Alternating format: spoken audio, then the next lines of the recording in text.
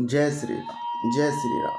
कश्यप और अदिति जिन्होंने दशरथ और कौशल्या के रूप में जन्म लिया, वो अपने गुरु के पास पहुँचे और निज दुख सुख सब गुरु ही सुनाऊं, कहीं वशिष्ठ बहुविधि समझाऊं। धरहु धीर हुई है सुत चारी, त्रिभुवन विदित भगत भयहारी। राजा ने अपना सारा दुख गुरु को सुनाया। गुरु वशिष्ठ ने उन्हें बहुत प्रकार से समझाया। कहा, धीरज धरो, तुम्हारे 4 पुत्र होंगे जो तीनों लोकों में प्रसिद्ध और भक्तों के भय को हरने वाले होंगे। श्रृंगीर से ही वशिष्ठ बुलावा, पुत्र काम शुभ यज्ञ करावा। भगत सहित मुनि आहुति दीन है, प्रगटे अग्नि चारु कर लीन है। वशिष्ठ जी ने संगी ऋषि को बुलवाया और उनसे शुभ पुत्र कामेष्ट यज्ञ करवाया। मुनि के भक्त सहित आहुतियां देने पर अग्निदेव हाथ में चरु हवि ख्यान खीर लिए प्रकट हुए। जो वशिष्ठ कछु हृदय विचारा, सकल काजु भा सिद्ध हम तुम्हारा। यह भी बाटी देहु नृप जाई, जथा जोग जेहि भाग बनाई। और दशरथ बोले, वशिष्ठ जी ने हृदय में जो कुछ विचारा था, दूसरा तुम्हारा वह सब काम सिद्ध हो गया। हे राजन, अब तुम जाकर इस पायस को जिसको जैसा उचित हो वैसा भाग बनाकर बांट दो। तब अदृश्य भय पावक सकल सबहि समुझाई, परमानंद मगन नृप हरस न हृदय समाई। तदंतर अग्निदेव सारी सभा को समझाकर अंतर ध्यान हो गए। राजा परमानंद में मग्न हो गए। उनके हृदय में हर्ष समाता न था।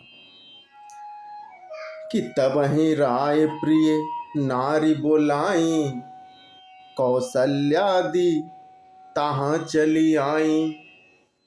अर्ध भाग कौशल्य ही दीन्हा, अभय भाग आधय कर दी कीन्हा। उसी समय राजा ने अपनी प्यारी पत्नियों को बुलाया। कौशल्या आदि रानियां वहां चली आई। राजा ने पायस का आधा भाग कौशल्या को दिया और शेष आधे के 2 भाग किए। के कई कह नृप सो दयु, रहो सो अभय भाग पुनि भयु। कौशल्या के कई हाथ धरी, दीन सुमित्र ही मन प्रसन्न करी। वह उनमें से 1 भाग राजा ने केकई को दिया। शेष जो बच रहा था उसके फिर 2 भाग हुए और राजा ने उसको कौशल्या और केकई के हाथ पर रखकर, अर्थात उनकी अनुमति लेकर, और इस प्रकार उनका मन प्रसन्न करके सुमित्रा को दिया। एहि विधि गर्भ सहित सब नारी, भई हृदय हर्षित सुख भारी।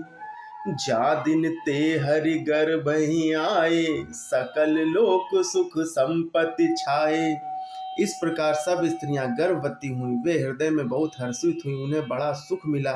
जिस दिन से श्री हरि गर्भ में आए, सब लोगों में सुख और संपत्ति छा गई। कि मंदिर में सब राज ही रानी, शोभाशील तेज की खानी। सुख जुत कछुक काल चली गयु, जय प्रभु प्रकट सो अवसर भयु। शोभाशील और तेज की खान सब रानियां महल में सुशोभित हुई। इस प्रकार कुछ समय सुखपूर्वक बीता और वह अवसर आ गया जिसमें प्रभु को प्रकट होना था। कि जोग लगन ग्रह बार तिथि, सकल भय अनुकूल। चर अरु अचर हर्ष जुत, राम जन्म सुख मूल।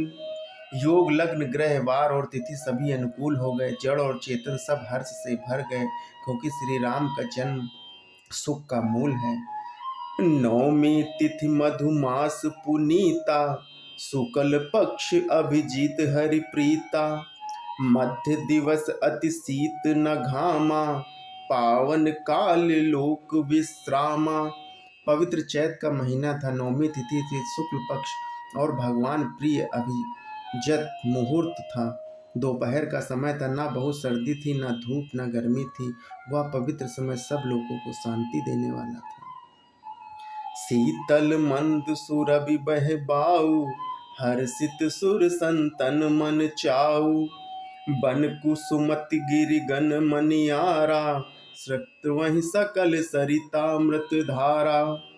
शीतल मंद और सुगंधित पवन बह रहा था। देवता हर्षित थे और संतों के मन में बड़ा चाव था। वन फूले हुए थे, पर्वतों के समूह मड़ियों से जगमगा रहे थे और सारी नदियां अमृत की धारा बहा रही थी। सो अवसर विरंचि जब जाना, चले सकल सुर साज विमाना। गगन विमल संकुल सुरजू था, गावहि गुण गंधर्व बरू था। जब ब्रह्मा जी ने वह भगवान के प्रकट होने का अवसर जाना, तब सब सारे देवता विमान सजाकर चले। निर्मल आकाश देवताओं के समूहों से भर गया। गंधर्वों के दल गुणों का गान करने लगे। श्री राम का जन्म अब होने वाला है। जय श्री राम, जय श्री राम, जय श्री राम।